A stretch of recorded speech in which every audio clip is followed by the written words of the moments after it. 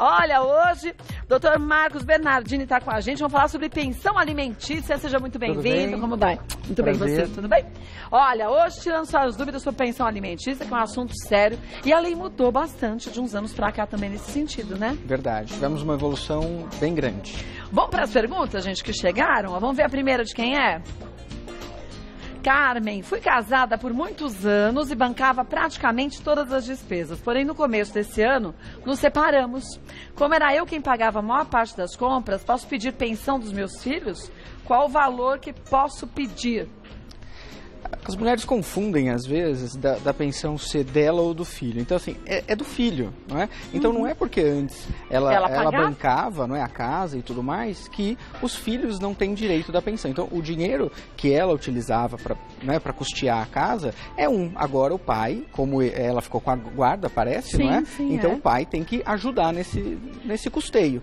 E aí, o valor vai depender muito da possibilidade daquele que tem que pagar. Então, não tem uma regrinha. Porque antigamente era 30% do salário do exatamente, homem, hoje não tem mais nada a ver, né? Então, pode chegar ao máximo de 33%, mas também não está na lei. É que nós entendemos que se eu onerar mais que 33% do salário líquido de alguém, eu vou comprometer a subsistência dele. Então, isso o direito não pode permitir. O juiz não pode, então, obrigar a pessoa a pagar 50%, 60% do seu salário, porque daí ele não vai conseguir subsistir, não é? Então, nós entendemos que de 30% a 33% seria o máximo, mas não está na lei. Então, no caso concreto, o juiz pode avaliar, ele pode dar um valor menor, um percentual menor ou um percentual maior, dependendo do caso. Agora, é verdade que perante a lei hoje, com as mudanças todas, a obrigação do custeio dos filhos é 50% do homem e 50% dessa obrigação da mulher?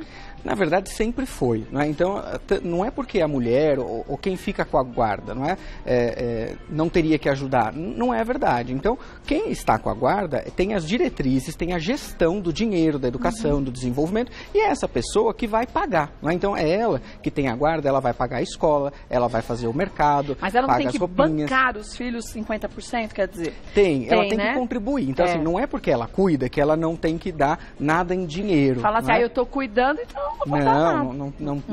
Não tem isso, não é? Não tem isso. Agora, o valor é que é difícil, porque de repente, que nem no caso da Carmen, não é? Ela tinha uma condição melhor. Então, como ela tem uma condição melhor, ela paga mais. Se o marido tem uma condição pior, menor, paga, né? Exatamente, acaba pagando menos. Então, cada um vai pagar na sua possibilidade. Então, de acordo com aquilo que cada um recebe. Vamos ver mais um?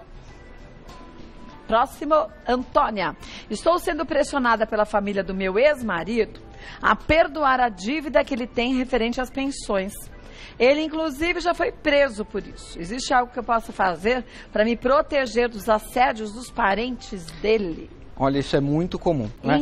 Infelizmente, na prática, tem isso, né? E pelo menos ele já foi preso e parece que não pagou. Mas, às vezes, na prática, prende, não é, o pai, devedor, na hora vem a mãe, porque a família inteira vai em cima dela, pelo amor de Deus, solta. E aí a pessoa não tem dinheiro para pagar, ou não quer pagar, ou seja lá o que for. E às vezes acaba fazendo ali uma declaração de quitação, limpando toda a dívida para a pessoa, em prejuízo das crianças, em prejuízo do menor. Então, assim, está errado. Exatamente. É para os filhos. Então, está errado, né? Então, o que ela deveria fazer é exatamente não permitir que isso acontecesse, não se deixar levar por esse tipo de assédio. Mas tem alguma coisa que ela possa fazer para se proteger? Tipo, pedir para o juiz, expor o caso ao juiz e ele... Depende muito do tipo de assédio. O que na prática a gente vê, e é bastante comum, é aquela conversa, né? Ai, coitado dele, tadinho, né? Libera.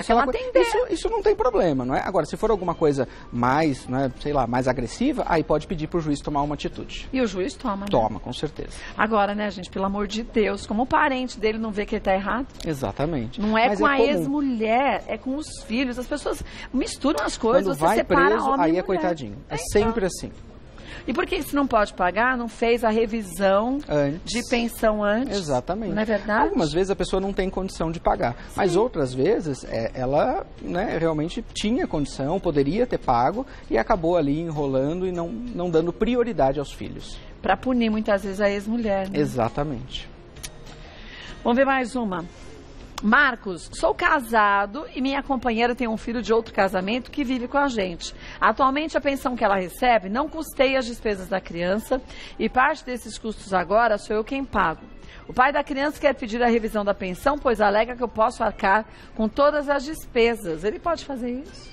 Veja, ele até pode fazer, porque todo mundo tem direito a propor uma ação. Agora, se o juiz aceitar. Exatamente. Não é? Então, ele não tem obrigação nenhuma. O filho não é dele. Né? Ele não tem obrigação legal de bancar, de custear. Mesmo o filho, podendo pagar, de jeito nenhum. Se ele faz isso, é por carinho, é por amor, que eventualmente ele tem, não é? Pelo enteado. Mas ele não tem obrigação nenhuma. Então, esse fundamento numa ação revisional não é verdade. Pelo contrário, não é? Já que o dinheiro que ele paga não está custeando as despesas, a mãe, teria direito, então, de propor uma ação para tentar aumentar o valor para cobrir as despesas. Ou pedir uma ação de alimentos para os avós. Não é? Então, se eventualmente o pai não tem condição efetivamente, mas o dinheiro da pensão não custeia efetivamente as despesas, os avós podem ser responsabilizados para, então, complementar o valor da pensão. E o juiz normalmente age dessa forma, Sim, né? ele vai dar. Vamos ver mais uma. Letícia, tem a guarda dos meus filhos. O juiz decretou o valor da pensão, mas meu ex-marido não está em dia com a pensão estabelecida. O que devo fazer? Ele pode ser preso? E se for, ainda tem que pagar o que deve?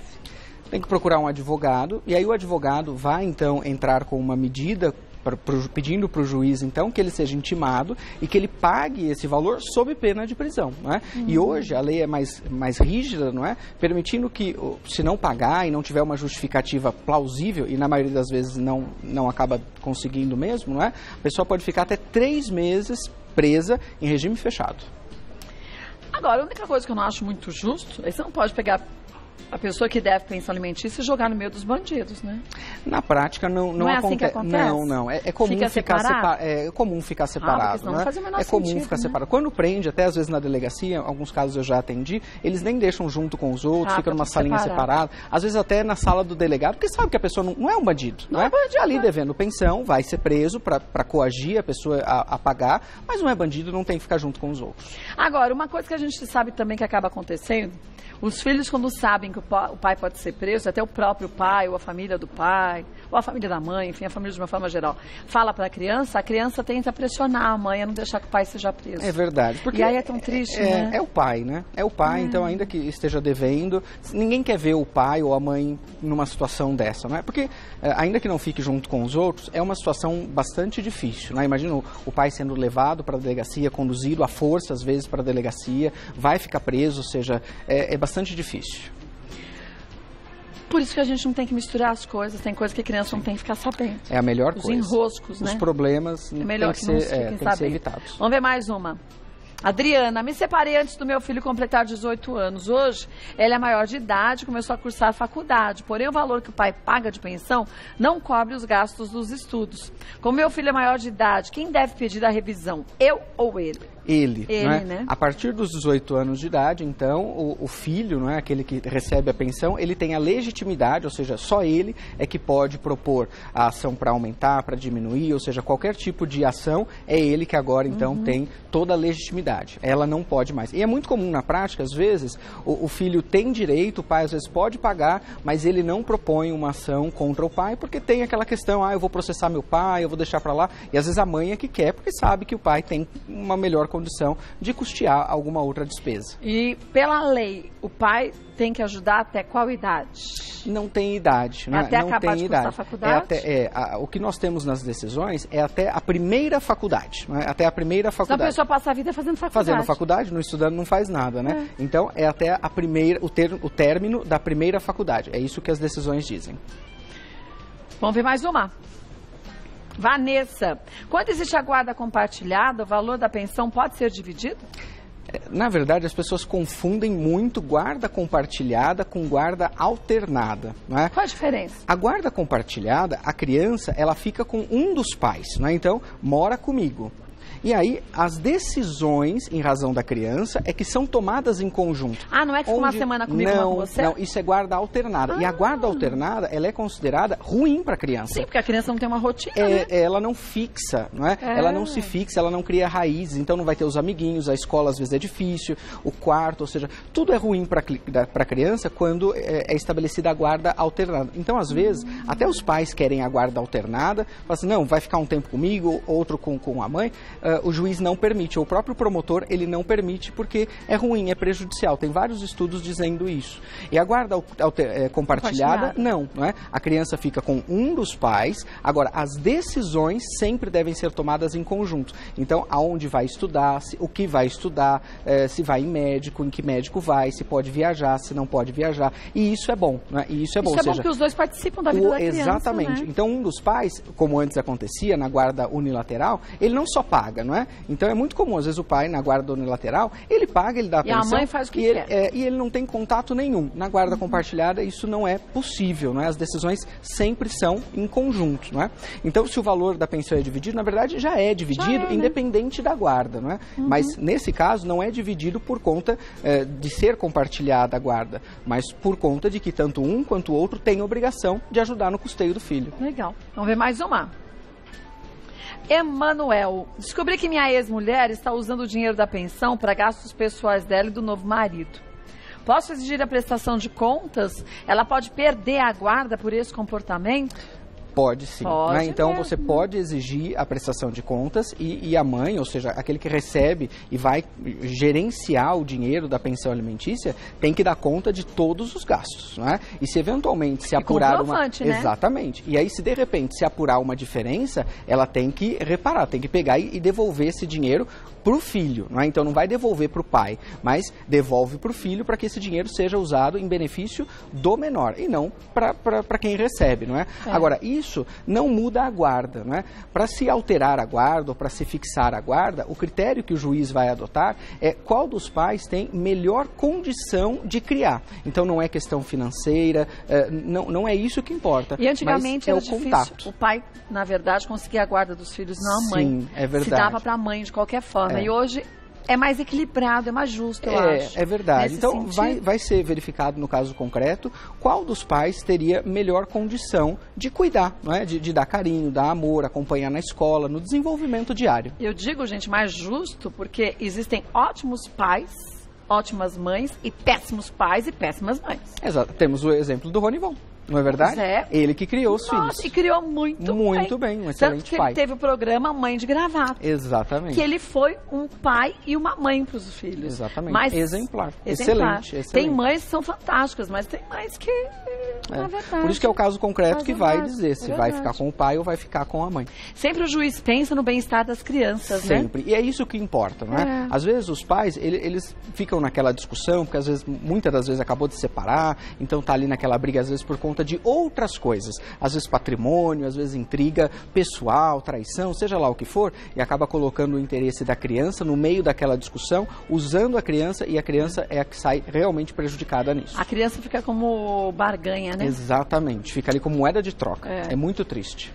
Vamos ver a última pergunta, gente. Ó, da Samara. Meu ex-marido me impede de ver meu filho alegando que a pensão não está em dia. Ele pode fazer isso? Olha lá.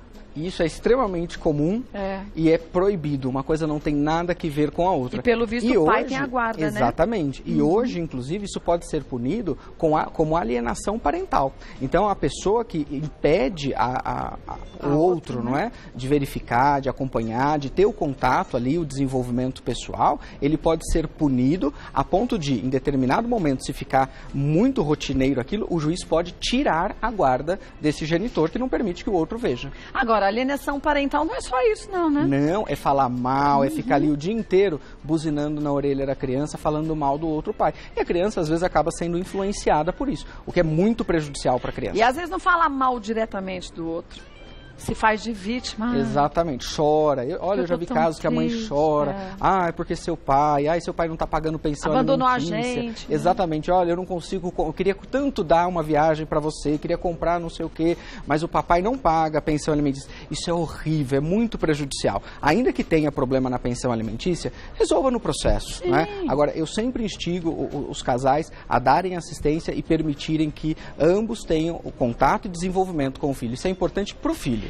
Quem ganha é a criança. Exatamente. Muitas das vezes o casal não percebe isso. E lá na frente a criança vai sentir, infelizmente. E aí a criança sente, depois passa uma dificuldade para a vida inteira. Às com vezes situações traumatiza. Emocionais mal resolvidas. Exatamente. Né? Às vezes traumatiza, cria uma série de problemas psicológicos por conta desse tipo de atitude que sofreu quando da infância.